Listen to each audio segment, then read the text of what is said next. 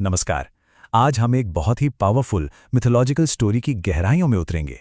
ये जानने की कोशिश करेंगे कि एक देवी को उनका इतना प्रसिद्ध और इतना डरावना नाम आखिर मिला कैसे। तो सवाल यही है कि इतिहास की सबसे पावरफुल देवियों में से एक को उनका सबसे फेमस नाम आखिर मिला कैसे।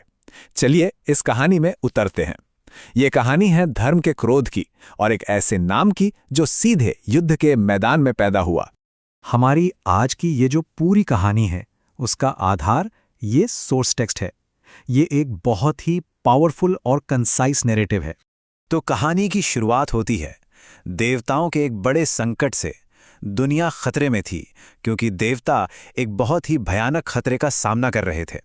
देखिए, देवता डरे हुए थे। वजह असुर रक्त बीज का अत्याचार। उसने एक तरह से आतंक का राज बना रखा था और देवता भी मतलब डिवाइन बीइंग्स खौफ में जी रहे थे।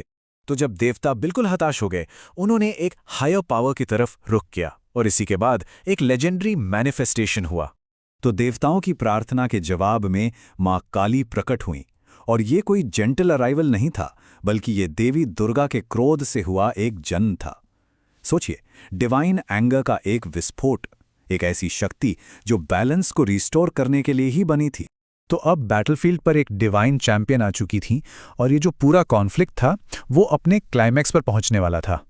तो मैदान में थे दो डीमन कमांडर्स, चंड और मुंड, और उन्होंने देवी को देखकर डरने के बजाय उनका मजाक उड़ाना शुरू कर दिया। ये बहुत बड़ी भूल थी और इसी मजाक ने मां काली के गुस्से को और भड़का दिया। उनका रूप इतना भयानक हो गया कि उसे देखकर किसी की भी रूह कांप जाए। और फिर जो हुआ वो पलक झपकने जितनी तेजी से हुआ। उन्होंने चंड और मुंड दोनों का संहार कर दिया।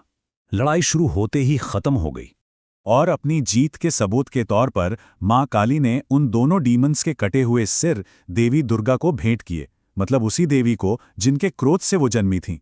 तो ये जो निर्णायक जीत थी, ये सिर्फ एक जंग का अंत नहीं था, बल्कि ये एक नई पहचान की शुरुआत थी। और यहीं से देवी को मिला उनका फेमस नाम चामुंडा। अब ये नाम आया कहां से? ये उन दो डीमंस के नामों का कॉम्बिनेशन है जिन्हें उन्होंने हराया था। चंड से चा और मुंड से मुंडा। तो अधर्म का अंत हुआ और धर्म की जीत हुई। मतलब पॉइंट ये है कि ये जो डिस्ट्रक्शन था, ये सिर्फ तबाही के लिए नहीं था, ये धर्म को यानी कॉस्मिक ऑर्डर को फिर से स्थापित करने के लिए था। तो ये कहानी हमें एक बहुत ही पावरफुल सवाल के साथ छोड़ जाती है। जब किसी डिवाइन प्रोटेक्टर का नाम ही एक राइचियस बैटल के आग में गढ़ा जाए, तो ये उस कल्चर के बारे में क्या कहता है, न्याय के बारे में क्या कहता है, इस पर सोचिएगा जरूर।